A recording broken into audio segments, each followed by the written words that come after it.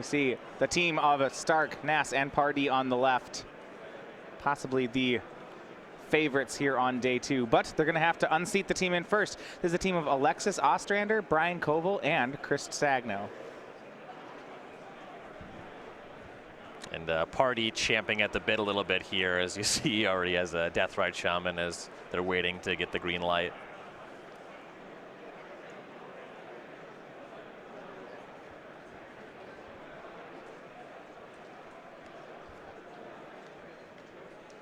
All right, we're going to wait to get this one started. Matchups across the board. We have Mardu Vehicles from Alexis Ostrander versus Ben Stark on Black-Green Delirium. In Modern, the matchup is going to be Bant Eldrazi versus Death's Shadow. That's Brian Coval versus Matt Nass.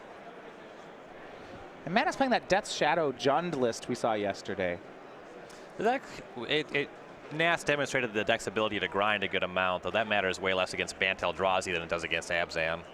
All right, so the match starts here. Sam Pardee on Deathrite Shaman. Stagno attempts Engineered Explosives on 1. Sam dazes it, and now we see why, as he's going to add a second Deathrite to his board. Yeah, I would daze that one too. He does have to be concerned about a Terminus coming down at some later point now, though. If Sam doesn't have the second Deathrite, is it still, a snap off for him to daze it? No, I don't think so. It's a heavy mana investment to trade with the Deathrite Shaman. It would really depend more on whether or not Sam is making as many land drops as he wants, how much he needs the mana from the Deathrite Shaman.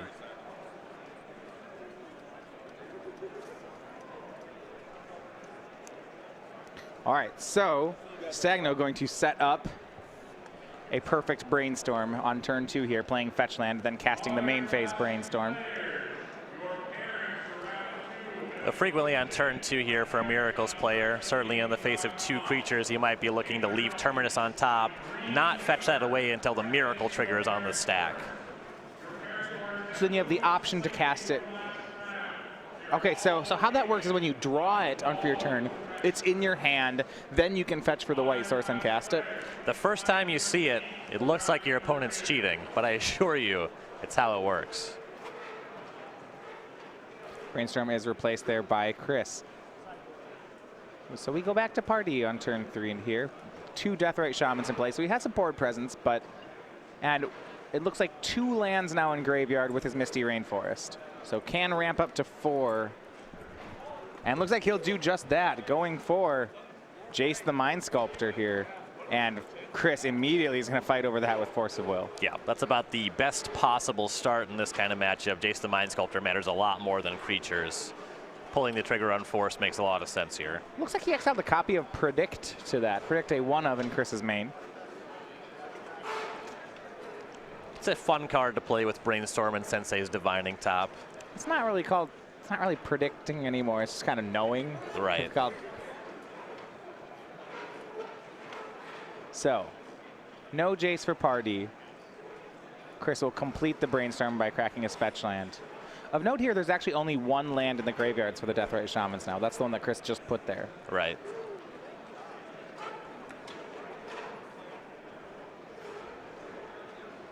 Stagno going to get a second basic island, trying to insulate himself from possible wastelands. Sam's deck does play 3.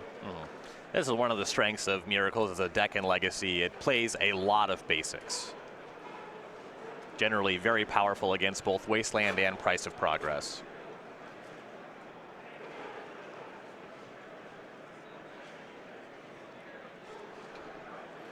And a draw here from Chris. So we see some holdings in his hand. It looks like he'll start on Sensei's Divining Top. It's going to resolve, and Chris gets to hold up Counterspell. Remaining cards in his hand, Jace the Mind Sculptor, Counterspell, and Monastery Mentor. And Sensei's Divining Top being on the battlefield, it dramatically changes the texture here. It's almost like having 3 additional cards in the Miracle player's hand. How about this one, True Name Nemesis from Sam Pardee?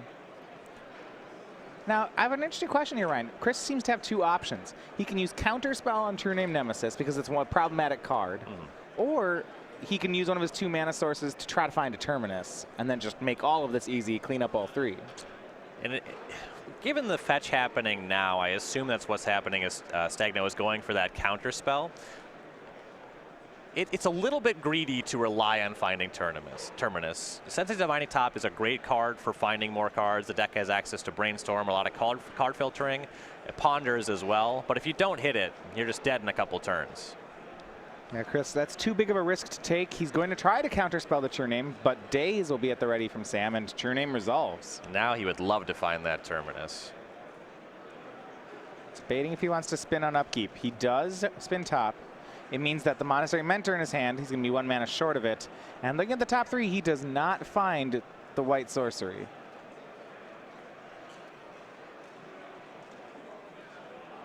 Looks like we have Volcanic Island, land, and a white spell. Might be a little locked on. Oh no, just kidding. We do find Terminus. Basically, just considering what could happen. If Pardee has Spell Pierce, then he would be able to counter the Terminus with that. So that's something that has to be on Stagno's radar. There are no Spell Pierce in Pardee's list. Oh, and it looks like Chris, so he's deciding whether to Terminus this turn or next turn. Decides nope, he needs to have it now. If Spell Pierce happens, so be it. But there is no Spell Pierce. All 3 cards, both Shamans and the True Nemesis, sent to the bottom of Sam's deck. Chris is then going to main phase pop the top to make his land drop. So that trading at the top there suggests that the plan next turn involves casting Monastery Mentor plus top to make a Monk token immediately. You know, someone who's when I play my control decks, that's one of those lines where the pure control player, you know, this shows the evolution of the deck. The pure control decks would never think of doing something like that. Right. Like, no, I'm never. And so Sam recoups with a pair of 1-drops, Noble, Hierarch, and Deathrite Shaman. And for Stagno, it's going to be Monk and Mentor. There was a small risk on this play. He did expose his Sensei's Divining Top to a Daze, though Pardee has already dazed him twice. Only 3 copies in the deck, which is pretty standard for these Sultai control decks. Yeah, it's almost like Daze is a safeguard on the format. You need to fight the unfair decks, but because it's not a tempo strategy like Delver, it's not all in on this Daze and Stifle sort of game. In these grindy matchups, Daze becomes more and more of a liability as the game progresses.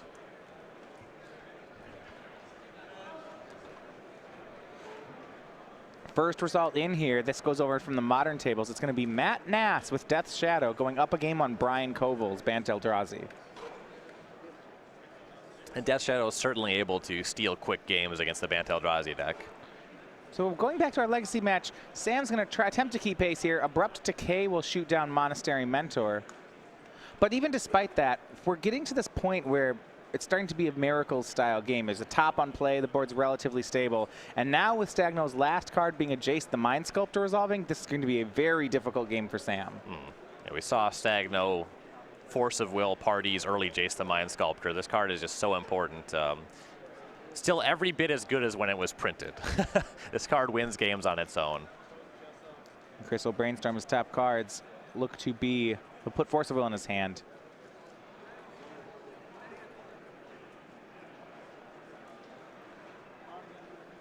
Get a great shot at the top cards there. But and if he's just floating a blue card with the top, he can always trade that up and then draw the blue card and cast Force of Will if he needs access to that.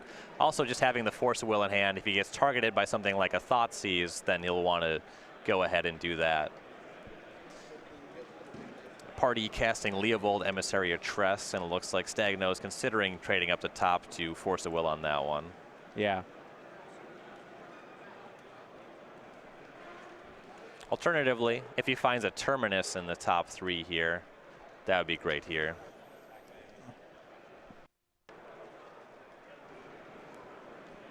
Yeah, so in response to that Leovold, Chris will pop the top, but it looks like he actually doesn't do it for a blue card. He does it for Monastery Mentor. Yeah, so setting up once again to cast the Mentor and then make a Monk immediately. Jace down to 1 last turn. That was an exalted attack from Deathrite Shaman. And here it is nice for Stagno that it is Leovold and not True Name Nemesis. With the Monastery Mentor plus the Sensei's Divining Top, he can at least make a Monk every turn. So he could just keep chump blocking if he wants. While Jace activates, that seems pretty good. Right, and with him brainstorming every turn or spinning a top, yeah, there's a lot he'll be able to get even more value eventually. So Jace, he's a Jace to scry 1, then he'll play Monastery Mentor plus Divining Top, get a second Monk token. You know, I do like that that Chris is using the Fate Reforged Monk tokens. I mean, certainly I wouldn't want to use a Jacob Wilson Monk token against the team of Matt Nass and Sam Pardee. That just seems exactly where you want to use it, actually. Okay, okay. I think there's two schools of thought in this one. I'd be worried that the Monk wouldn't, you know, he's on the other guy's team. It might turn traitor. Yeah.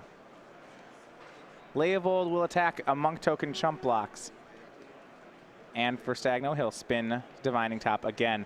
Using this Monastery Mentor, he's able to keep the Leovold at bay and keep the Jace moving. Stagno has a lot of lands on top, both a Caracas and a Volcanic Island currently in the top 3 cards. Well, Sam Pardee's teammates, and this is the hard part about being a team of 3 pros. Yeah, it seems like Chris Stagno might get this first game, but both his teammates now down game 1. It is Ben Stark over Alexis Ostrander in game 1.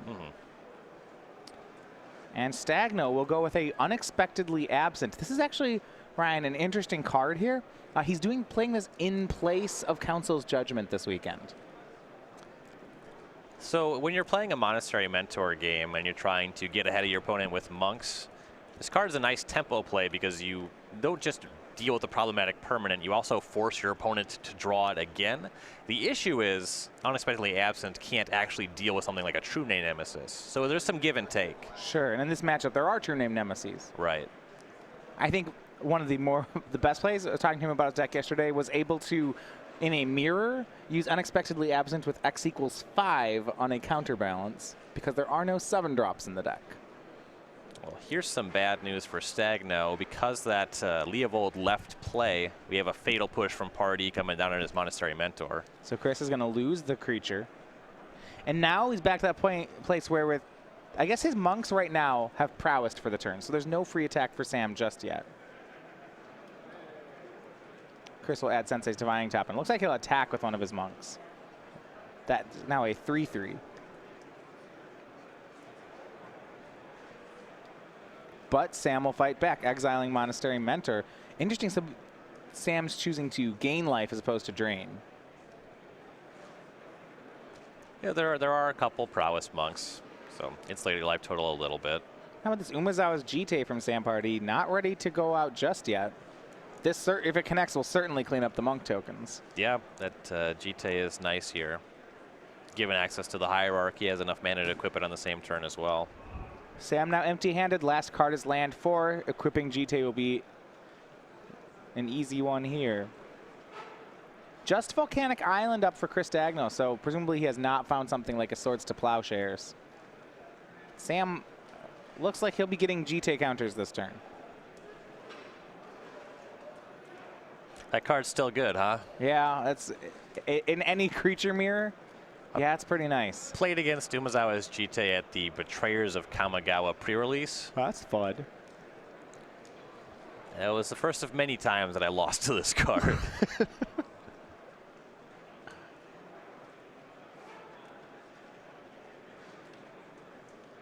Jace will brainstorm. Chris does have Swords to Plowshares on top of his deck.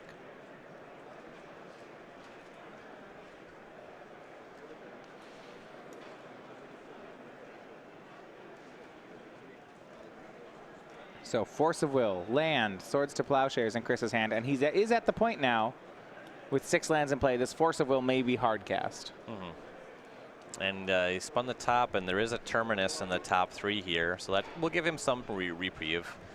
With the Jite and with Stagno trying to win with Monastery Mentor, he does need to clean up a lot of creatures. If he can maintain his Jace on the battlefield, though, he can just win the game with the Planeswalker. Yeah, and it seems like he'll, between this Terminus on top, the Sensei's Divining Top, and Jace, he should be able to do that. You see an upkeep, he's going to Miracle the Terminus using Sensei's Divining Top.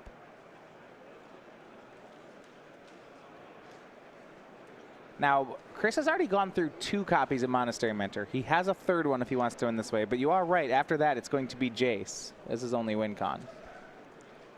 Jace is still a pretty good one, though. Should be just fine. Sam's draw Noble Hierarch.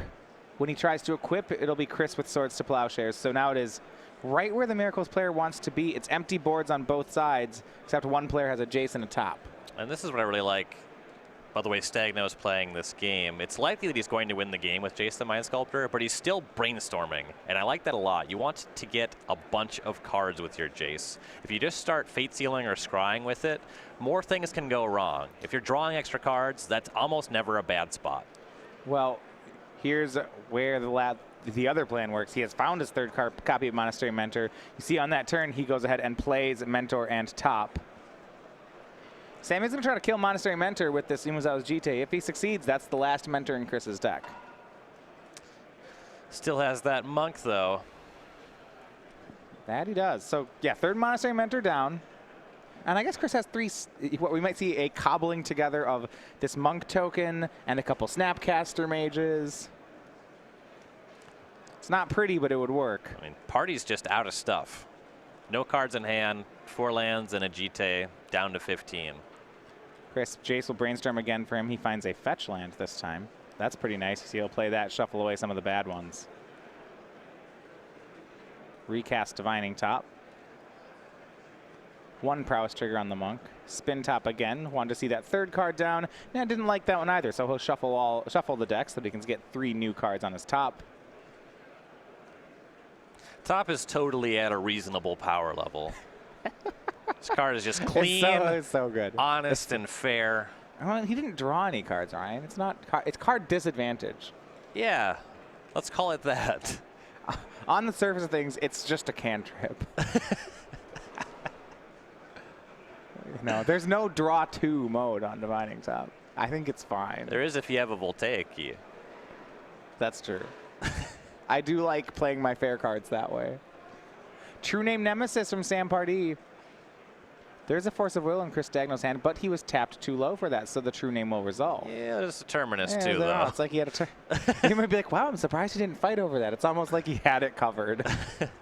But now the Monk token is gone, so. Oh, now Stagno only has Jace the Mind Sculptor and Sensei's Divining Top. I don't know how he's going to win this Miracles game. Is such a joy. I don't know, he's out of Mentors. He's out of Monk tokens. Maybe he'll run out of ways to win. Maybe he'll just start minusing his Jace. You can't do that if he doesn't let Sam play a creature. That's a good point. It's not allowed. Now his hand, Force of Will, Ponder, Force of Will.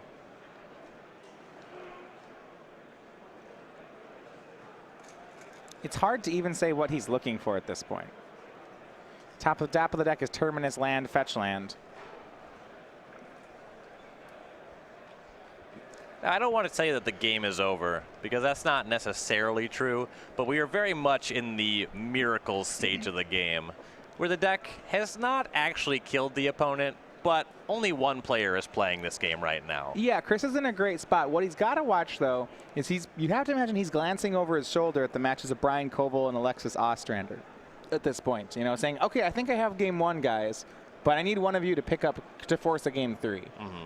And it's certainly not out of the ordinary for Miracles to win a match 1-0. In the spot where you're in Sam Pardee's seat, how long do you think you want to let this game go? About this long. Because it's not. Yeah.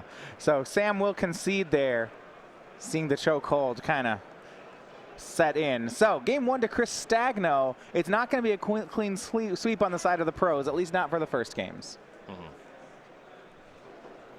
Now we go over to the sideboard. Let's start with Sam Pardee. He's playing the Sultai control deck. He has actually a lot of cards that we could see some play here. Copies of Flusterstorm, Mindbreak Trap, Pithing Needle, Submerge, Dread of Night, Golgari Charm, Grafdigger's Cage, Nihil Spellbomb, Painful Truths. That's a card which Patrick Chapin originally innovated in Legacy, and we see that in a lot of these fair decks. Yep. Thoughtseize and Umezawa's Jite. Painful Truths and Thoughtseize are both excellent, as well as Pithing Needle. Pithing Needle on Sensei's Divining Top, and sometimes Jace the Mind Sculptor is huge. You saw Stagno saw so many cards off a top in game 1. Pithing Needle really changes the way the game has to be played. So those are really what he's looking at here. You can bring in Golgari Charm as well. It's technically an answer to Counterbalance, but that's really not the fight that I want to pick. The card is fine, but mostly we're looking at Thoughtseize, Painful Truths, and Pithing Needle. Okay, so playing kind of that kind of strategy. Now on Chris's side, he has some options. Blood Moon, I'm interested in your thoughts on that card. Sam Pardee's deck does have a couple basics, but Blood Moon would still be a big blow to his strategy. The fact that the deck has basics at all and that it has so many mana creatures makes it a little difficult to pull the trigger on Blood Moon. The thing about Blood Moon in Legacy versus Blood Moon in Modern, though, is that if it's bad, Stagno can just brainstorm it away, keep pushing it down with Sensei's Divining Top. So it's actually pretty low risk just to bring Blood Moon in. And we saw in the game there, Stagno was able to terminus away all the mana creatures. Pardee had 4 non-basics, so Blood Moon certainly would have stopped him from playing the game there. All right, other cards on sideboard: Disenchant, Flusterstorm, perhaps Flusterstorm, Surgical Extraction. Vendilion Click is something I would actually expect to see here. Yeah, he has a main deck Caracas as well. Anytime you're playing against one of these Abrupt Decay, grindy decks, Vendilion Click plus Caracas is quite the powerful interaction. That's an interesting one, Ryan. So Caracas is a card that goes in and out of Miracles. I was discussing this with Chris yesterday. Back during the era of Teamer Delver, playing a Caracas instead of one other basic Plains was kind of a liability. There are a lot of people who are trying to stifle and waste land you. I've wasted a lot of Caracas. Now, I do want to say, with these decks, looking at stuff like Sultai Control on Sam's side, it seems, do you think it's fair to say that Legacy has moved to a point where maybe it's more of a free roll to run this card? It certainly is an ability that has no business being on a land. It's very powerful. Yeah, there's still a lot of wastelands, but now more of your wasteland opponents are making legendary creatures. For example, we saw lands on camera yesterday, and that deck is out in reasonable numbers, and being able to Caracas against Merit Lage gives you some equity there. Even Sam's playing Leovold. Right. Yeah, I think that the card's a lot better than when Teamer Delver was more or less the consensus best deck. Yeah. So it's interesting to see it, as that happens, we're seeing the Miracle players, there's always that incentive to get greedy with your mana in Legacy because there's so many good cards you could be playing. It just seems so free. Yeah. Especially with something like Caracas, like this is almost a Plains. Right. So they're going to get ready for game number 2 here in our Legacy matchup. Now, for those of you watching us over on twitch.tv, we want to tell you about our Twitch subscription plan. You can join us over in the feature match area. So we broadcast here all weekend. You get your custom emoticons and badge for subscribing over in our channel. You get access to our chat is open, but when it's subscriber only, you of course get to be in that as well. Also, you get to decide the quarterfinals, or this week, the semifinals. What we're going to do is we are going to have all 6 matches in the top 4 available, and you can vote on which matches you want to see. Now remember, we are going to be showing all the semifinals this weekend, both top 4 matches and the finals. So you can subscribe at any point, and then at this afternoon get to vote on the players and decks you'd like to see. The format even. Standard, Modern, and Legacy happening there, so you can vote on what you want to see. It's going to be a really awesome top 4. Well, Chris and Sam are dealing out for game number 2, but for Brian, Coval, and Matt Nass, they're putting the cards back in the box. It's a clean win for Death Shadow Jund. Matt Nass, a 2-0 winner in Modern. The Death Shadow deck can just come out of the gates too quickly for the Bant Eldrazi to do much of anything. And Bant Eldrazi is also a deck that has something of a fail rate. It does rely heavily on its mana accelerants to be a serviceable deck. Yeah, and at this point, I would think for the last undefeated team, the team on the right, it's all hands on deck in Standard. Yes, Chris is up a game, and Chris is a veteran of Miracles. If I'm in Brian's seat, I leave this one alone. I'm going over and trying to see if it might take 2 people to defeat Ben Stark in Standard. I'd be looking at that match. Certainly. And this game, once again, starting to look fine for Miracles. Sam starts with a double Deathrite Shaman draw. And Stagno at the ready. It's Swords to Plowshares for the first Deathrite. Given that it is Swords and likely some other removal spell for the other Deathrite Shaman, or it just goes unchecked, that's a small win for Pardee that it's not Terminus. Deathrite Shaman and then Ponder for Sam. Yeah, last game we saw Stagno attempt an Engineer Explosives on 1. Sam dazed that because he had the second Deathrite, but it was eventually Terminus. And that seemed like the turning point of game 1.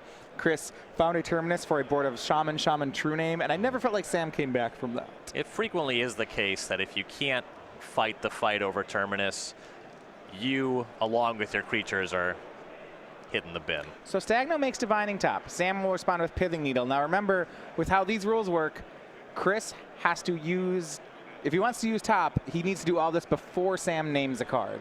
Mm-hmm. Yeah, anytime your opponent casts a Pithing Needle, first order of business, crack your fetch lands. Don't say, what card are you naming? If you ask them that question, that means that thing's in play. Yep. So you see Chris is going to spin the top, by rearranging his cards. Then he's going to draw a card. Now Needle's in play. And I imagine Sam names Divining Top anyway. That would be a good name. And he did. That's smart. He named possibly the best card for Stagno in the matchup and a card that he knows he's already drawn. And now Sam's going to pile on the pressure. After the Pithing Needle, he uses the extra mana from Deathrite Shaman to cast a True Name Nemesis. So he's taken Chris's engine offline with the Needle, and he's had what is probably his best threat in True Name. Yeah. Stagno is going to need to set up a Terminus pretty quick here. And you mentioned that thing where Chris Stagno, instead of playing Unexpectedly Absent, is on... instead of playing Council's Judgment, has gone to Unexpectedly Absent. This is one of the situations where that's going to hurt him. Yeah, that gives him fewer outs in this spot. No. And Pardee on 4 True Name Nemesis, which we've seen since Reed Duke innovated that. Yeah, no copies of Supreme Verdict in Chris's list either. That's sometimes a card we'll see. So it's really Terminus as his only way to answer this card. Mm-hmm. Presumably all 4 are still in the deck. You know, certainly no reason to board those out, but he will need to find them. He'll need to set them up without using Sensei's Divining Top unless he can answer that Pithing Needle. Protection from players, something that leaves very few answers. But here's Terminus from Chris. He had set it up with the Divining Top. He buried it 1 beneath it. Sam is going to brainstorm in response. We might see some sparks fly here as Sam tries to protect his creatures. It looks like Pardee has brought in Flusterstorm. I want to say I see that one in his hand. Well, that's not enough right now. If he casts it, Chris actually just can pay. That's not true. The Brainstorm is the 3rd storm. You're right, Sam made a Brainstorm. So now, Brainstorm, Flusterstorm, Terminus, that's Storm of 3. Yeah, the Terminus is countered. Brainstorm, Flusterstorm is a combo, you see. It's the Storm combo, I believe. It's like your Brainstorm is a Force Spike. You just let that one slide. It is a Storm combo. You were just, that's just factually accurate. That's what people mean when they refer to Storm combo in Legacy. So after that fight, Sam's going to attack and use Deathrite Shaman. Chris shuffling off a fetch line. He's going to have to find another card like Terminus. He is going to use Snapcaster here on end step, maybe snapping that Swords to Plowshares off. Sam's going to cheekily daze. If Chris wants a Snapcaster, he has to pay 1 more, which means, well... So yeah, the sequence there was Sam attempted to exile Swords to Plowshares. In response, Chris Snapcaster maged it. Sam dazed, so Chris pays to keep his 2-1, but then the Swords goes away. Yep. So 2 damage from the Deathrite, now 3 more from the True Name. Chris down to 11. Chris is going to need to find another Terminus pretty quick here. Yeah, he's having trouble stabilizing this board. Now, there's some awkwardness in Sam's hand. You see he's got his hand looks to be Underground Sea, a 2nd Pithing Needle, and a Brainstorm. So as soon as he finds a fetch land, I guess all is forgiven. Yeah, Brainstorm fixes all. I was going to say it was a weak hand because I saw the first 2 cards. I saw, oh, land Pithing Needle, it's no good. Oh, wait. No, it's great. There are no weak hands. There are only weak top 3 cards of your deck. I will say, sometimes I do pine for these matches of Legacy. Swing for 2 from Snapcaster. You see behind them one of our other big team matchups going on right now. The team of Jessup and Scarin playing against Patrick Sullivan's team. Both those teams at 7-2. For Chris, he can set up some pressure of his own. It's going to be Monastery Mentor plus Sensei's Divining Top. Now remember, that top is being played into an onboard Pithing Needle. Right. Still good for a Monk, though. I think my favorite play of this deck, now if there weren't a Needle, sometimes now this Miracles deck can race if they get 2 copies of Sensei's Divining Top. Yeah, you can just pay 1 mana, cast a top, cast another top, trade it up, continuously trade them up, keep on redrawing top. Every 1 mana converts to a Monk, and X prowess triggers. Right, so it's like you spend 1 turn making an army, and then another 2nd turn you just kill them. And with Deathrite Shaman plus True Name Nemesis, there is a 2-turn clock in place. Pardee is going to be putting Stagno down to 6 on this attack, 4 from the activation of the Deathrite Shaman, and then the next turn he'll be able to clean this up. All right, well, 2 heads might be better than 1. Brian Coval and Alexis Ostrander are able to take game 2 off Ben Stark to force a deciding game in Standard. So they're keeping Chris Stagno afloat, at least right now. The Vehicles deck will be in the draw on game 3. but certainly still winnable. Mardu Vehicle is really the breakout deck of the Pro Tour. A lot of players refer to it in Standard as a rock, paper, scissors metagame. Black-green against Mardu is generally favored in black-green, but I think if you talk to pros about it, one of the reasons they really like Mardu Vehicles is of the 3 parts of that rock, paper, scissors triangle, the part that says black-green beats Mardu, not as strong as advertised. The Mardu deck can just be oppressively fast. Sam adds another threat to the board. It's Noble Hierarch that will exalt his true name in. Chris drops to 5. And Stagno needed Terminus there, and he didn't find it. Ponder from Chris. Yeah, so this means he will be dead on next turn's attack. Now, Miracles does not a deck known to play very much life gain. In theory, he could find Brainstorm Terminus and then Brainstorm on Pardee's turn and Miracle the Terminus then. Well, Chris is drawing off Ponder and not shuffling. Isn't that a concern for Sam Pardee? If I'm on Miracle or Bust, right, and I didn't see Terminus or Bust, and I didn't see Terminus in the top 3, then I'm shuffling. I would assume so. So if your opponent's keeping on top, that means, like, right, when people keep on top with Ponder, that means that they found what they needed. They found what they needed, or they made a critical error. I don't think Chris is making a critical error. We'll find out. Yeah, there's a pause here in the match. Sam has requested some time away from table. What I think that Stagno actually found was the Brainstorm, not the Terminus, and the plan is to crack the fetch land and hope that the Terminus ends up on top. You see, no, the 3rd match right now still being shuffled and mulliganed for. This is the decider between Ben Stark and Alexis Ostrander. Alexis talking about her tournament yesterday. A strange day for Mardu Vehicles. 5-4 record, but received. Actually, she was undefeated against black-green. Which that'll happen. Yeah, she said she won her bad matchup over and over. Oh no, question. Sorry, it was the modern was Heimer. She was 7-2. That's why they call it a bad matchup, but not an unwinnable matchup. No, I mean, that's when you look at Standard, right? It's your bad matchup's not generally unwinnable. Everything floats in that 40% to 60% range. There's a lot of gameplay. Right. When the mechanics tend to be limited largely to attacking, blocking, and activating planeswalkers, the cards are very similar in power level. Not so much the case where if we're playing Legacy and I'm casting Brainstorm and you're not, I have this huge card selection advantage.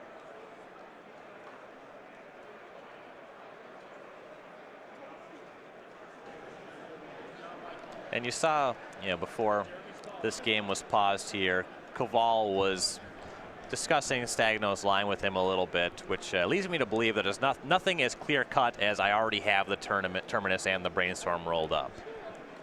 Sure. All right, so we're going to resume here. Chris, so to back up, what happens here is Chris ponders, keeps on top, and now this might explain it. He's going to crack a fetch land still during his turn. So he did not find a Terminus, but I guess if you found a Brainstorm, Ryan, then you probably would draw the Brainstorm off the top and then crack this fetch land? Yep, it looked like he grabbed a Brainstorm and he's looking to shuffle Terminus to the top. Again, he has a top on the battlefield. There's still the Pithing Needle. He can't spin that one. So it just needs to be a natural Terminus on the top of the deck. Yeah, because he has that fetch land on the top. So yeah, he found a Brainstorm, and now he's going to have to set it up. Kozilek's Return in hand.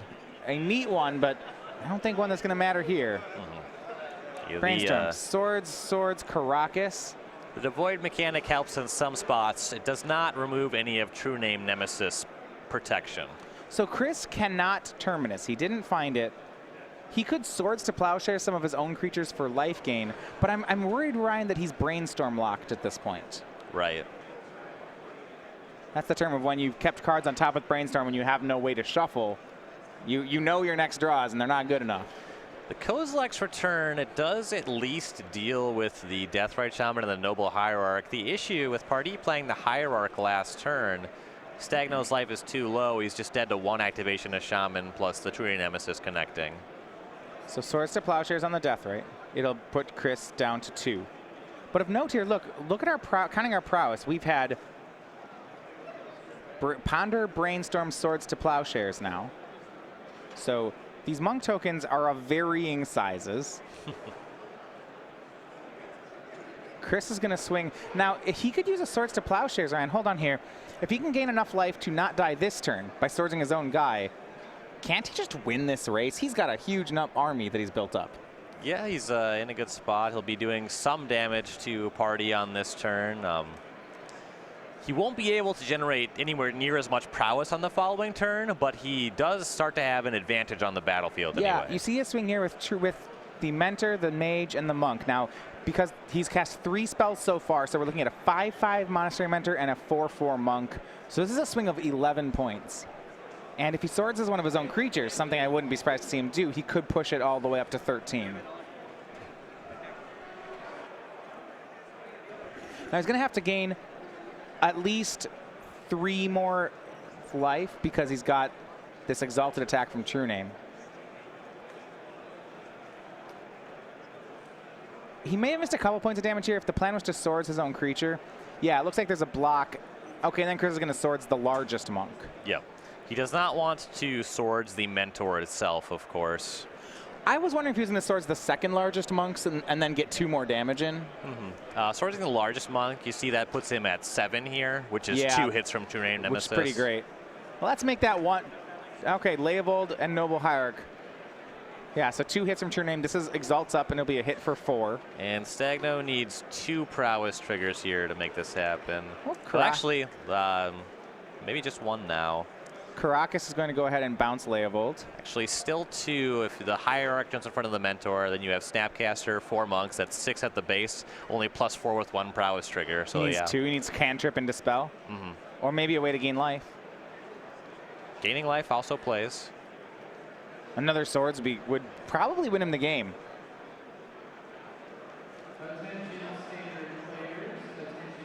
Swings the whole team. Here we go. Sam has to block here. He'll block Monastery Mentor. Takes 6. Chris says go. Vendilion Click during the draw step. That's not going to play here, though. No. True Name will kill him. Right. Sam will Force of Will it. Ooh. And these guys are headed to a 3rd game. You know, that's a game. It's a really neat angle for Miracles there. Chris did not find his lock piece. He had his top shut down. He put up a much closer fight than I traditionally see Miracles doing in that situation. Right, yeah. Monastery Mentor generates a lot of power very quickly, and you saw Stagno take advantage of the modality of Swords to Plowshares, just using it to gain some life. Yeah, using it as a life gain spell, and also this card that, you know, pumps your monk army at the same time. Yep. There's a reason they play that one in Vintage. It's a little bit better with Moxen, but still very good in Legacy. So 2 games remain. There's the Game 3 in Standard between Ben Stark and Alexis Ostrander. And now a Game 3 queued up here for Legacy. Alexis and Chris both need wins if they want to stay undefeated. And with just over 14 minutes on the clock, there's some concern about finishing another Sultai Control versus Miracles game. Yeah, now, this is where I think having a Legacy veteran and a pro is going to help them out.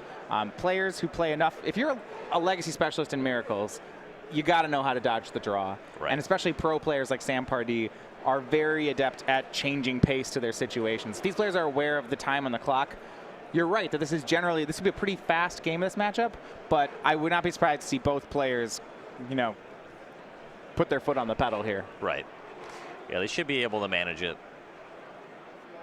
We are going to watch the Miracles versus Sultai match in Game 3. Now, if Bren Stark wins Game 3, we're just going to let you know ahead of time, this match will not finish. The players will just end the game. So we'll keep you updated on the one on top as these players start the deciding match.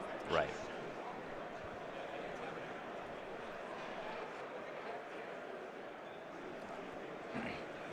So Ryan, but both games that we've seen so far between Stagno and Pardee has seemed to be about a timely terminus. Sam got ahead in the first game, but Chris hit a very critical terminus on 2 death rates and a True Name. And then the second game, we saw a similar thing where Sam lands a True Name, and then this time Pardee won the counterspell fight over the terminus, and that felt like the game. The deciding factor was largely the Pithing Needle from Pardee. Well, he's going to need one again. Chris start on the play this time, starts on turn 1 Divining Top. If he doesn't have a Pithing Needle for it, this card, well, you know, this unassuming cantrip can, I guess, generate some value.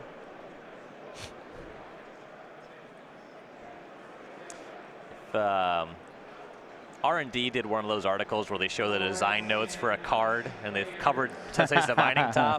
Do you know what the note on Sensei's Divining Top was? This is one of those bad cards that new players love. I think they missed the mark on that one. It took a while for people to figure out that it was good.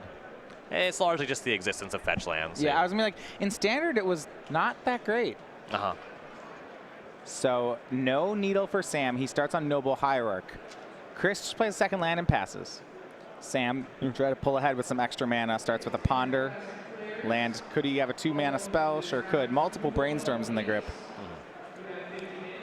What's neat about these control decks is just how heavy they are on mana.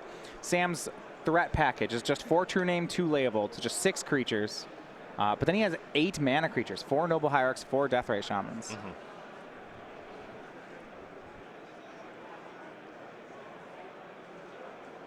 For Stagno, he will Brainstorm. Has a fetch land in play. May not be able to tell it. Stagno's deck foiled out here. Expedition fetch land in play as well.